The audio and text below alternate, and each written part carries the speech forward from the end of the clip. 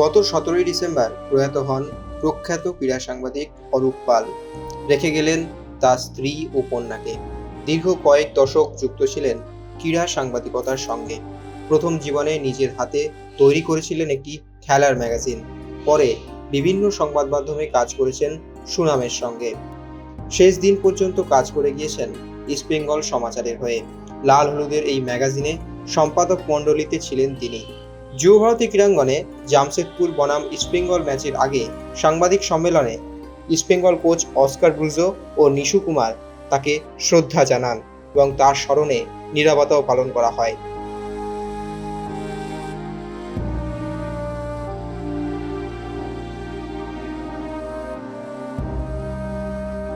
Match শুরুর আগে giant স্ক্রিনে তার ছবিও প্রদর্শিত হয়। উপস্থিত দর্শকরা উঠে দাঁড়িয়ে সম্মান জানান।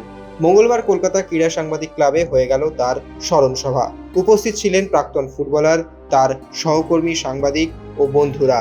ছিলেন প্রয়াত অরূপ পালের স্ত্রী ও কন্যা। এদিন নবীন থেকে প্রবীণ স্মৃতিচারণায় বারবার ফিরে ফিরে আসছিল তার কর্মজীবনের কথা।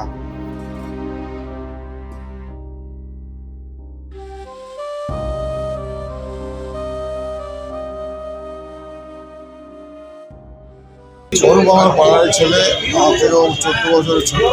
ও যখন 7-8-এ পড়ে তখন থেকেই আমার সঙ্গে ওর যোগাযোগ। ও টিকিট দিতে আসতো এবং পরবর্তী পর্যায়ে আজকে প্রায় 35 বছর ধরে অরূপকে দেখছি।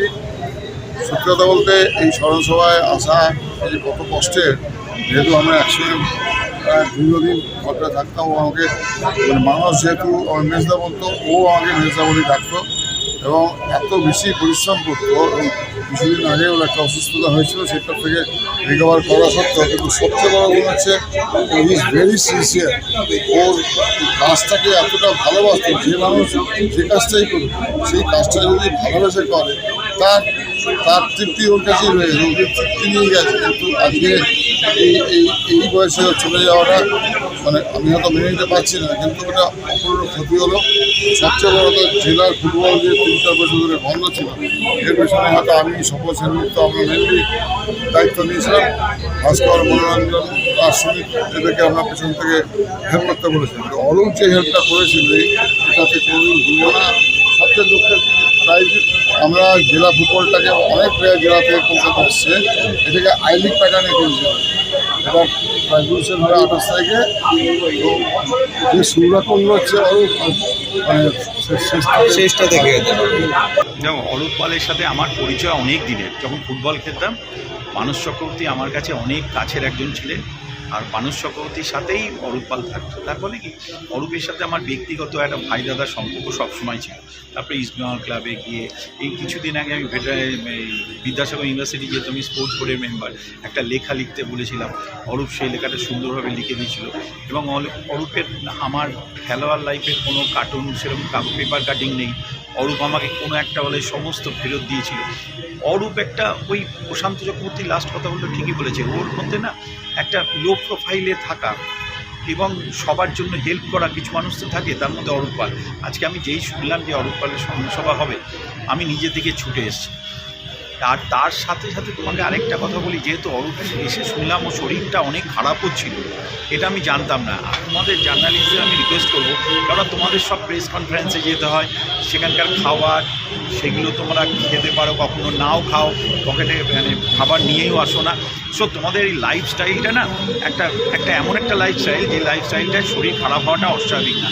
আমার মনে হয় আজকে আমি যে ভেটারেন্স ক্লাবের তরফ থেকে বা নিজের ব্যক্তিগতভাবে বললাম যে বছরে 2বার অন্তত হেলথ চেক আপ, আর আমি ভেটারেন্স ক্লাবে যেটা করেছি, 2টো হসপিটালের সঙ্গে টাই আপ করেছি, খুব মিনিমাম কস্টে তারা দেবে, এই তারা ট্রিটমেন্টটা করবে।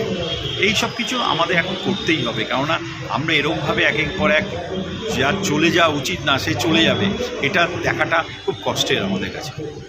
নেগেটিভ চিন্তা ভাবনা না থাকে, এর সম্ভব উদাহরণ হচ্ছে অরূপ। দীর্ঘদিন ধরে দেখছি, আমার থেকে বয়সে অনেক ছোট, আমি তো 70 পেরিয়ে গেছি। অরূপ চলে যাচ্ছে, আমি রয়েছি, আর অরূপকে নিয়ে আমার বন্ধু হচ্ছে। কত স্মৃতির কথা বলবো অরূপকে। এই অরূপের কথা গৌতম বলেছে, রঞ্জিত মুখার্জি বলেছে, সত্যি একটা সে ছিল ভান্ডার। আমার কিছু আফসোস হয়ে গেছে অরূপের সঙ্গে আমার বেশি কথা হতো ফোনে, এবং ফোনে আর দেখা তো মাঝে মধ্যে হতো।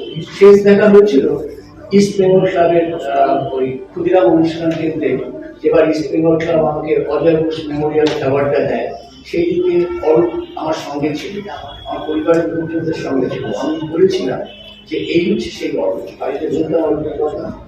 আগামী দিনে কি বেরোবে আমি খুব শঙ্কিত হয়ে পড়ছি। প্রত্যেকটা বড় বইতে অরূপের কোনো না কোনো কন্ট্রিবিউশন ছিল। সে প্রদীপ ব্যানার্জির আত্মজীবনী হোক, সুভাষ মুখের আত্মজীবনী হোক, আমাদের যে কোনো লেখা হোক, অরূপ নিজেই ছিল একটা মিনি লাইব্রেরি। এবং ওর মেয়ে সেদিন বাড়িতে আমায় বললো, শ্রেষ্ঠা, যে আমি যেটু একটা কাগজও সরাবো না, কিন্তু কাগজগুলোর কোথায় কি আছে সেটা একমাত্র অরূপই জানে। তুমি শিওর এখানে এত সাংবাদিক আছেন, শুভেন খুব সুন্দর বললো অরূপের কথা। এই সমস্ত যে বই সরবরাহ, তথ্য, কোথায় পুরোনো খেলা বের করে দেওয়া, আজকাল বের করে দেওয়া, এগুলো তো সব অরূপই করতো। সাংবাদিকরা সাধারণভাবে খুব একটা গোছানো হন না, তাদের এত স্পেশালি রিপোর্টাররা, তাদের লেখা জমিয়ে রাখার অভ্যেসই থাকে না। সেখানে একটি ছেলে প্র্যাকটিক্যালি মিনি লাইব্রেরির কাজ করতো, কারণ ওই বাংলা লেখাগুলো কোথাও গুগলে পাওয়া যাবে না। যারা এখানে ইংরেজি মাধ্যমে কাজ করেন, আজকে সাবানায়কান চাইলে ওরা পুরোনো লেখা গুগল থেকে পেতে পারে, কিন্তু যারা বাংলায় সাংবাদিকতা করেন তারা কোথাও গুগল থেকে তার লেখা পেলে সৌভাগ্য যদি একটা লেখা পাওয়া যায়। এই অবস্থায় যখন কোনো সংকলন করতে হয়, তখন পুরোনো কাগজ ছাড়া সম্ভবই নয়, সেই কাগজে ক্লিপিংস ছাড়া। এই পুরো কাজটা দিনের পর দিন পেছন থেকে অরূপ করেছে। যে কোনো বাংলায় আত্মজীবনী হয়েছে ইদানিংকালে, পি কে ব্যানার্জির, সুভাষ ভৌমিকের, সুব্রত ভট্টাচার্য, আমাদের যে কোনো বই, সমস্ত কিছুর পেছনে রান্নাঘর ছিল অরূপ।